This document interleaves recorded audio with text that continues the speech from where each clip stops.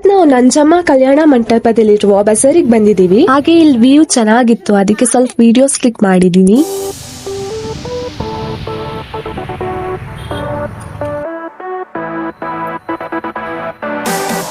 Temple ಒಳಗ್ ಹೋಗುವ ಅಂತ ಅನ್ಕೊಂಡ್ರೆ ಟೆಂಪಲ್ ಕ್ಲೋಸ್ ಆಗಿತ್ತು. ಹಾಗೆ ವಿಂಡೋ ಓಪನ್ ಆಗಿತ್ತು, ವಿಂಡೋ ಇಂದ ಕ್ಲಿಕ್ ಮಾಡಿದೀನಿ ಸ್ವಲ್ಪ ವಿಡಿಯೋಸ್.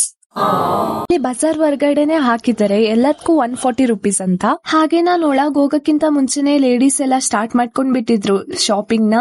ಇಲ್ಲಿ side bag, hand bag, school bag ಇತ್ತು. ಹಾಗೆ ಶೋ ಪೀಸ್ ಇಂದ ಮನೇಲಿ ಸಿಗೋ ಕಿಚನ್ ಐಟಮ್ಸ್ ತನಕನೂ ಇತ್ತು. ಹಾಗೆ ಟೂಲ್ಸ್ ಗಳು ಮತ್ತೆ ಗಾರ್ಡನಿಗೆ ಯೂಸ್ ಮಾಡೋ ಟೂಲ್ಸ್ ಗಳು ತುಂಬಾ ಚೆನ್ನಾಗಿತ್ತು. ಟೋಟಲ್ ಆಗಿ ಮನೆಗೆಲ್ಲ ಯೂಸ್ಫುಲ್ ಥಿಂಗ್ಸ್ ಇತ್ತು.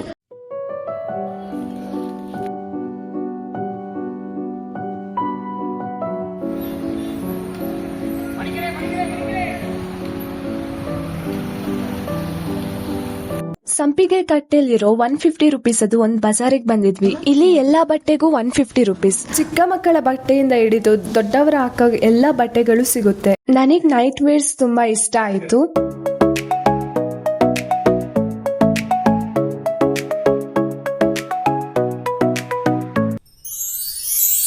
ಹಾಗೆ ಫಿಶ್ ತಕೊಳ್ಳಿಕ್ ಫಿಶ್ ಮಾರ್ಕೆಟಿಗೆ ಬಂದಿದ್ವಿ. ಈ ಕಾಟ್ಲಾ ಫಿಶ್ ಓನ್ಲಿ ಕೂರ್ಗಲ್ ಮಾತ್ರ ಸಿಗೋದು. ಈ ಮೀನದ್ದು ಮೊಟ್ಟೆ ಸಹ ತುಂಬಾ ಚೆನ್ನಾಗಿರುತ್ತೆ. ಸೈಕಲ್ ಗ್ಯಾಪ್ ಅಲ್ಲಿ ನಾನು ಮತ್ತೆ ನನ್ನ ತಂಗಿ ಹೋಗಿ ಟೀ ಕುಟ್ಕೊಂಡ್ ಬಂದ್ವಿ.